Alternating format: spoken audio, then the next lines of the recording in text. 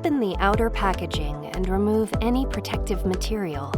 Inside, you'll find the hanging beam assembly, cable guides, LED modules, and cabinet columns. You'll also find the screws and tools necessary for assembly, along with installation and warranty information.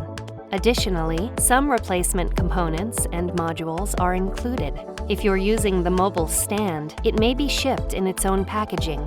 To ensure safe handling, keep the cabinet columns in their original shipping container until you're ready to install them. Make sure your workspace is clear and proceed to the next video in this series.